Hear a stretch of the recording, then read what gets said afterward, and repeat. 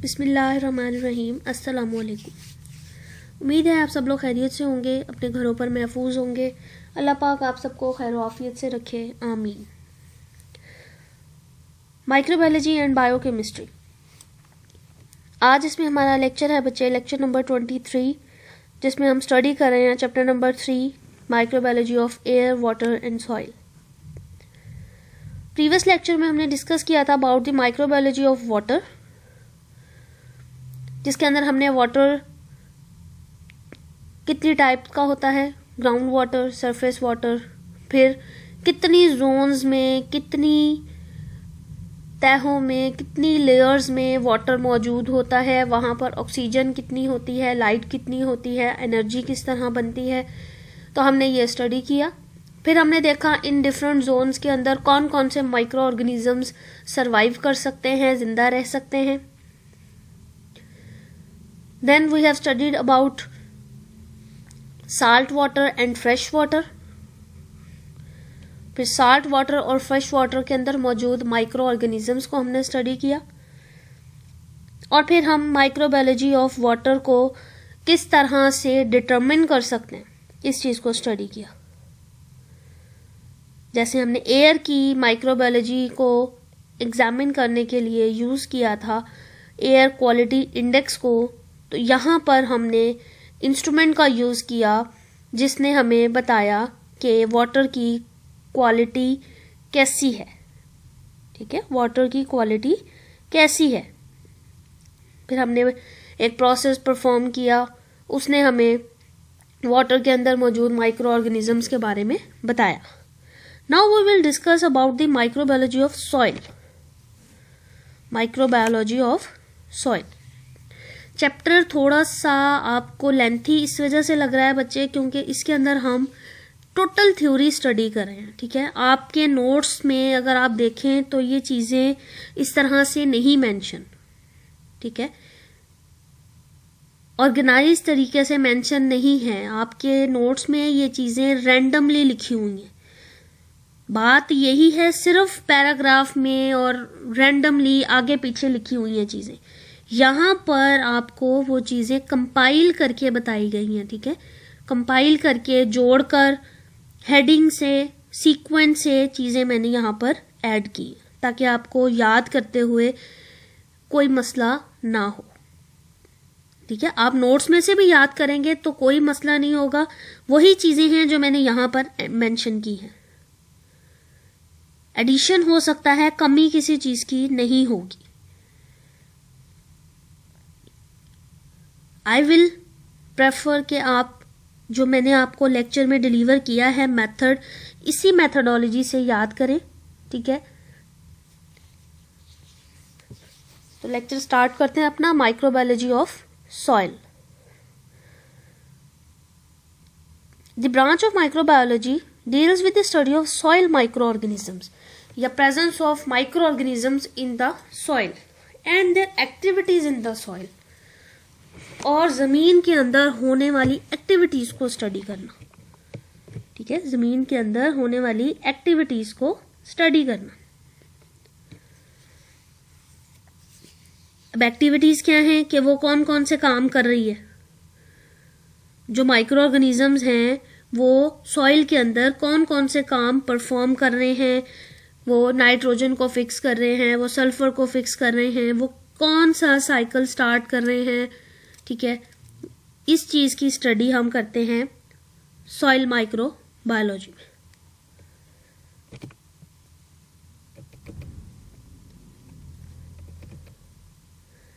Soil can be defined as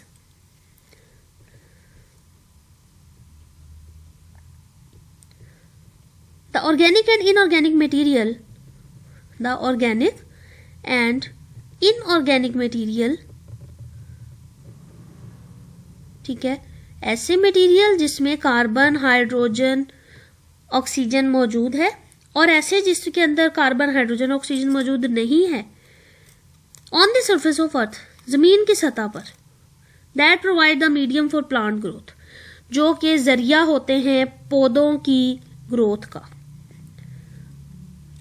यानी soil क्या है, ऑर्गेनिक और इनऑर्गेनिक सब्सटेंसेस, मटेरियल्स उसका मजमुआ है जो कि एक ऐसा मीडियम देते हैं जिससे पौधे ग्रो करें, बढ़ें। ठीक है। Agriculturally the soil is a region which support the plant life. Soil एक ऐसा एरिया है, एक ऐसा रीजन है जो कि सपोर्ट करता है, मदद देता है पौधों की जिंदगी को। कैसे? बाय प्रोवाइडिंग मैकेनिकल सपोर्ट, यानी उसको अपने अंदर जकड़ के रखता है, and nutrients required for the growth, और उसको जो ज़रूरी नमकियात होते हैं, जो ज़रूरी न्यूट्रिएंट्स होते हैं वो प्रोवाइड करता है। ठीक है। It is the most biological interaction site. Living organisms की सबसे ज्यादा इंटरेक्शन, सबसे ज्यादा एसोसिएशन, सबसे ज्यादा रिलेशनशिप सॉइल के जरिए होती है, मट्टी के जरिए होती है। ठीक है।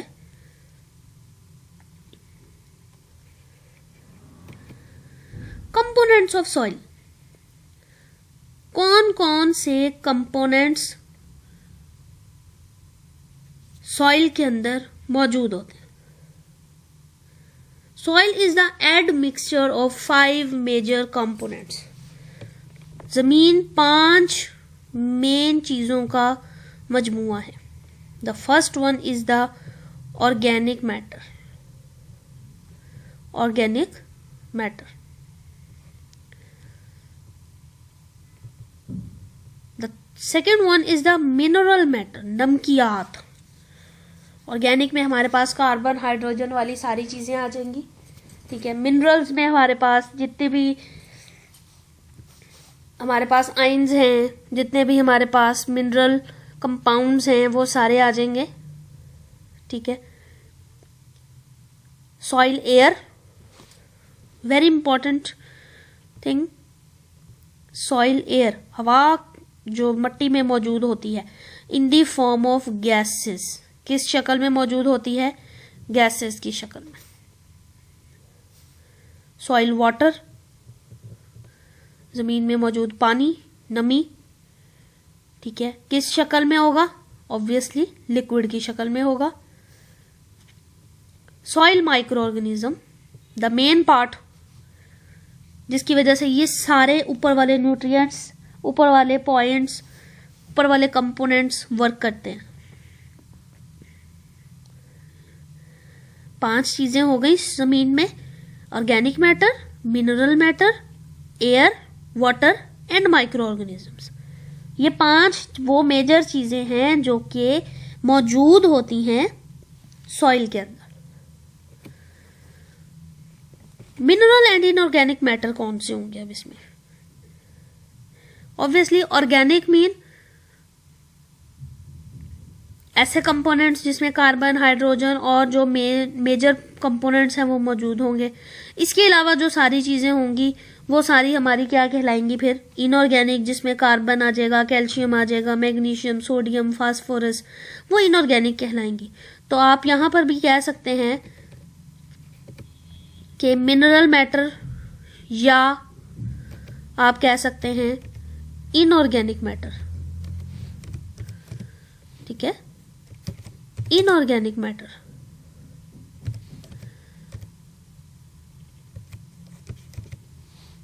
ये भी हमारे पास करेक्ट स्टेटमेंट हो जाएगी। ठीक है। Inorganic matter.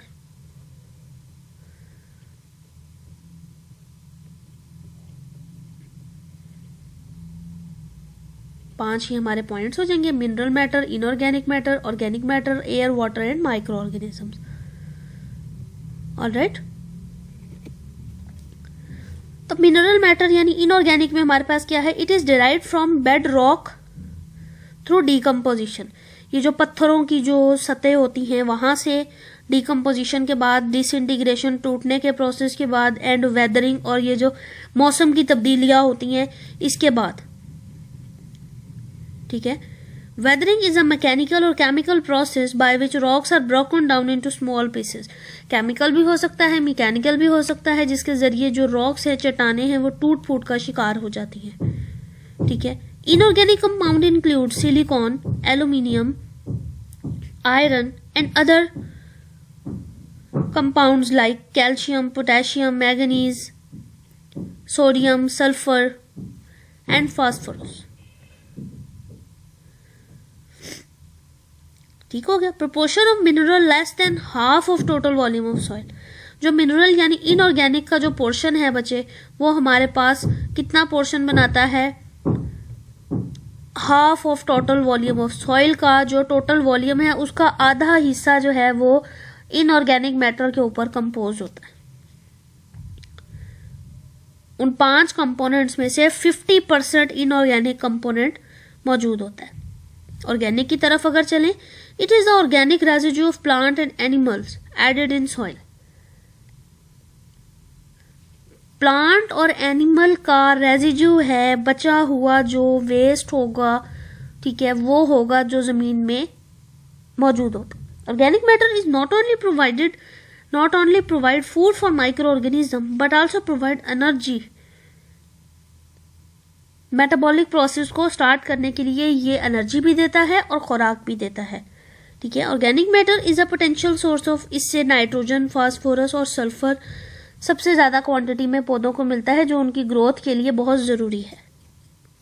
Microbial decomposition of organic matter, यानी ऑर्गेनिक मैटर को जो माइक्रो ऑर्गेनिज्म डिकम्पोज करते हैं तो रिलीज करते हैं ऐसे न्यूट्रिएंट्स सॉइल में जो कि उनको जरूरी होते हैं और सॉइल के अंदर मौजूद नहीं होते, वो डिकम्पोजिशन के बाद मिलते हैं.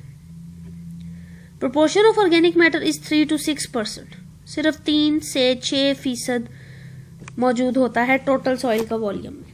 50% inorganic, 3 to 6% organic matter. Then water कितना होता है सॉइल में? बहुत कॉमन सी चीज, soil water comes from rain.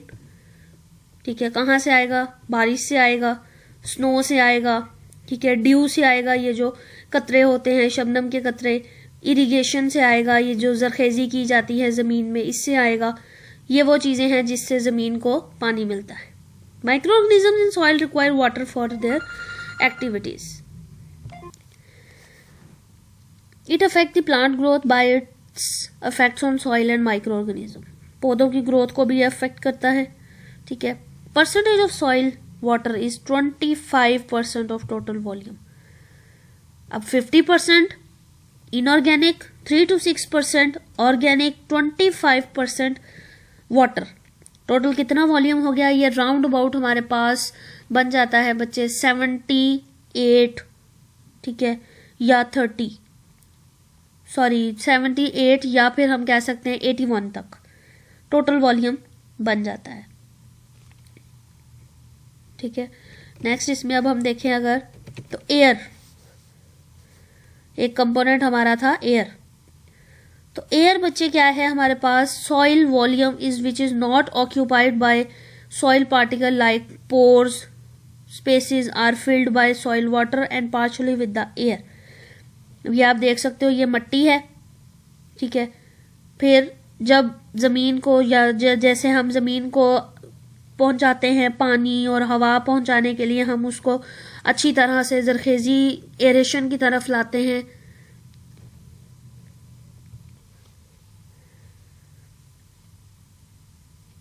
तो पहला पॉइंट अब इसमें हो गया soil micro. Soil volume is not occupied by soil particle like pores, they are filled by water और air.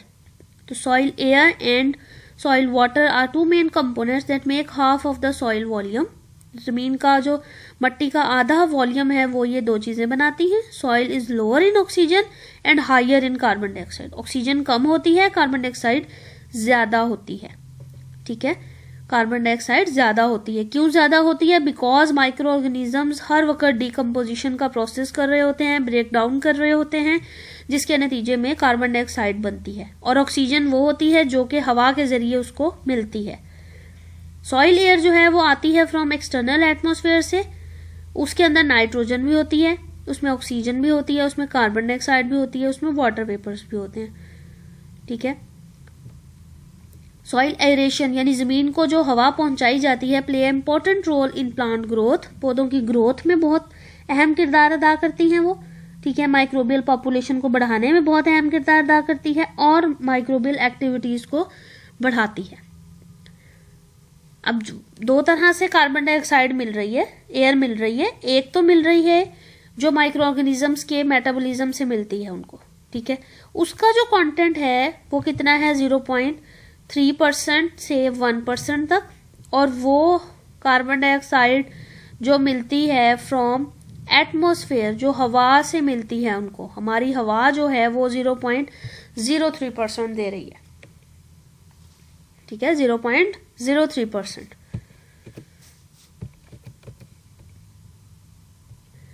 Then the last one is number 5 was the soil microorganism, कि micro organism कौन से मौजूद होते हैं। Soil is excellent culture media for the growth of microorganisms। एक culture media वो होता है जो हम बनाते हैं, एक ये नेचुरल कल्चर मीडिया है जो कि माइक्रो ऑर्गेनिजम्स को मिलता है, जिससे वो अपने नंबर को बढ़ाते हैं, ग्रो करते हैं। सॉइल इज कंसीडर्ड डायनामिक और लिविंग सिस्टम। इसको डायनामिक लिविंग सिस्टम कंसीडर किया जाता है because it contain various microbes like bacteria, algae, fungi, actinomycetes, protozoa and viruses, but bacteria are more numerous. Bacteria सबसे ज्यादा पाए जाते हैं, बैक्टीरिया सबसे ज्यादा मौजूद होते हैं। बाकी चीजें भी मौजूद हैं लेकिन बैक्टीरिया सबसे ज्यादा मौजूद होते हैं। ये सारे माइक्रो ऑर्गेनिज्म मौजूद होते हैं। These microorganisms are less than 1% of total volume of soil and in upper portion of the soil depth कितनी होनी चाहिए 10 to 30 centimetre. Microbial population is very high and decreases with the depth। अब जो ऊपर की सतह है वहां पर कंसंट्रेशन माइक्रो ऑर्गेनिज्म का नंबर बहुत ज्यादा होता है, ठीक है, और जैसे जैसे डीप होते जाएंगे माइक्रो ऑर्गेनिजम्स का पोर्शन नंबर कम होता जाएगा, क्योंकि उन्हें प्रॉपर ऑक्सीजन नहीं मिलती, प्रॉपर कंपोनेंट्स, प्रॉपर हवा नहीं पहुंचती, जिसकी वजह से उनका मेटाबॉलिज्म स्लो हो जाता है, ठीक है।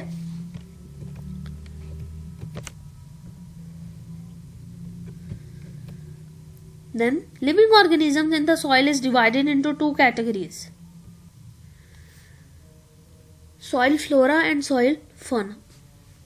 Flora means microorganisms that live in the specific place or the environment, like bacteria, algae, fungi, and actinomycetes. ठीक है, and fauna means group of animals. ठीक है, like protozoa, nematode, earthworm.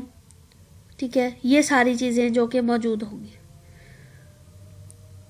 Flora means organisms living in the specific place like bacteria, fungi, algae, and fauna means the group of animals that live in a particular region or place like protozoa, nematode, and earthworms. Percentage of various soil microorganisms: aerobic bacteria are 70%, anaerobic bacteria are 30%, actinomycetes are 13%, fungi and molds are 3%, algae, virus and protozoa are very less in content, 0.02 to 0.8%, ठीक है, ये percentage है। Then इसके बाद हमारे पास है बच्चे importance, ठीक है। Living organisms, plants and animal types are important component of soil. They play a very important role in plant animal ecosystem. पौधों और जानवरों के इकोसिस्टम के लिए, इकोसिस्टम वो जगह जहाँ पर पौधे और जानवर रहते हैं, उनकी कम्युनिटी, उसके लिए ये बहुत अहम किरदार अदा करते हैं, ठीक है। The scope of soil microbiology can be understood by studying aspects like, मुख्तलिफ एस्पेक्ट्स को स्टडी करके, जैसे कि soil as a living system, soil microbe and plant growth, soil microorganism and soil structure, organic matter decomposition and humus formation। इन सारी चीज़ों को study करके इसके स्कोप को हम इन्हांस कर सकते हैं, यानी सॉइल को लिविंग सिस्टम के तौर पर, सॉइल माइक्रो ऑर्गेनिजम्स को प्लांट ग्रोथ के लिए, माइक्रो ऑर्गेनिजम्स और उनके स्ट्रक्चर्स को, ऑर्गेनिक मैटर की डिकम्पोजिशन को, ह्यूमस फॉर्मेशन को। What is humus? Humus is a plant soil fertiliser, ऐसी खाद है और रिच सॉइल है जो कि ऑर्गेनिक मैटर को डिके यानी डिकम्पोज करने के बाद तैयार की जाती है। ठीक है, डिकम्पोज होने के बाद तैयार की जाती है।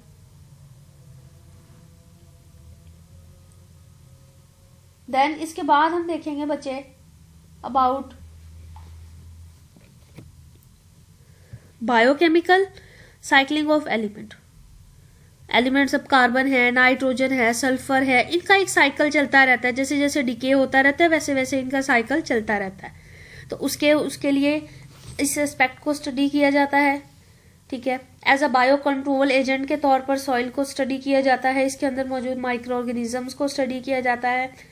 ठीक है, सीड जर्मिनेशन के लिए माइक्रोब्स को स्टडी किया जाता है, यानी सीड जो बीज है वो कैसे बढ़ना शुरू होता है।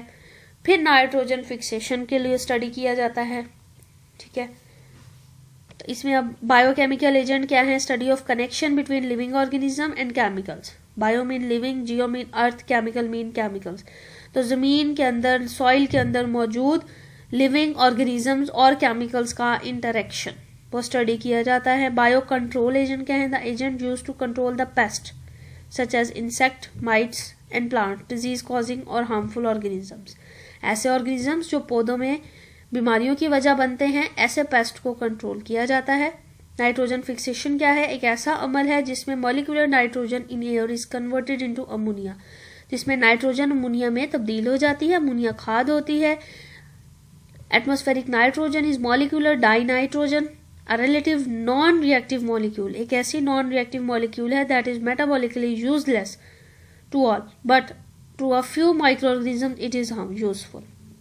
सिंपल नाइट्रोजन किसी काम की नहीं होती, तो उसको कन्वर्ट किया जाता है अमोनिया में और इस्तेमाल किया जाता है एज अ फर्टिलाइजर। ठीक है, ये बचे टोटल आपका लेक्चर था अबाउट माइक्रोबायोलॉजी ऑफ सॉइल। ठीक है, अब चैप्टर ये हमारा 3 एंड हो गया है। अपने नेक्स्ट लेक्चर में हम इस चैप्टर को रिव्यू लेंगे। ठीक है, और साथ ही हम स्टार्ट करेंगे चैप्टर 2 का जो हमारा रिमेनिंग पोर्शन था, दैट वाज बेसिकली माइकोलॉजी, या फिर हम देखते हैं इसके बाद हमने कौन से चैप्टर को लेकर चलना है। ठीक है,